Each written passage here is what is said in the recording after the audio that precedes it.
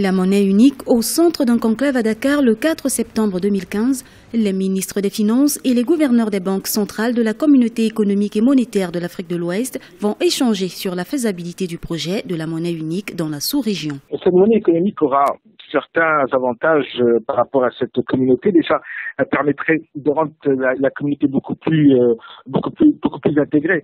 En tout cas, ça va permettre à cette partie de l'Afrique de l'Ouest de pouvoir fluidifier ses relations commerciales, ce qui n'est pas le cas aujourd'hui, parce que la monnaie est un barrage, ce qui fait que si vous êtes au Sénégal, vous voulez commercer avec quelqu'un du Nigeria, il faut que vous preniez en considération le coût du change, qui peut être positif ou négatif selon le coût du marché. Donc, ça va vraiment permettre une meilleure intégration des économies de toute la CEDEAO, et ça, c'est un gain non négligeable.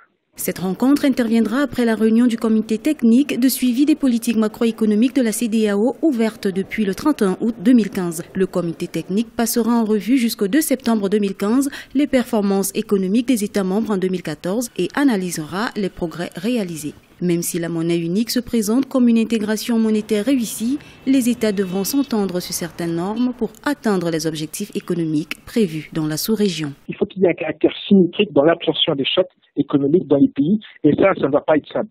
Et puis essayer aussi de mettre en place une politique monétaire commune à ces pays de la CEDEAO, ça va être extrêmement difficile parce que il va falloir qu'il y ait une convergence en matière d'inflation, il va falloir qu'il y ait une convergence dans les finances publiques, il va falloir aussi une réserve de change.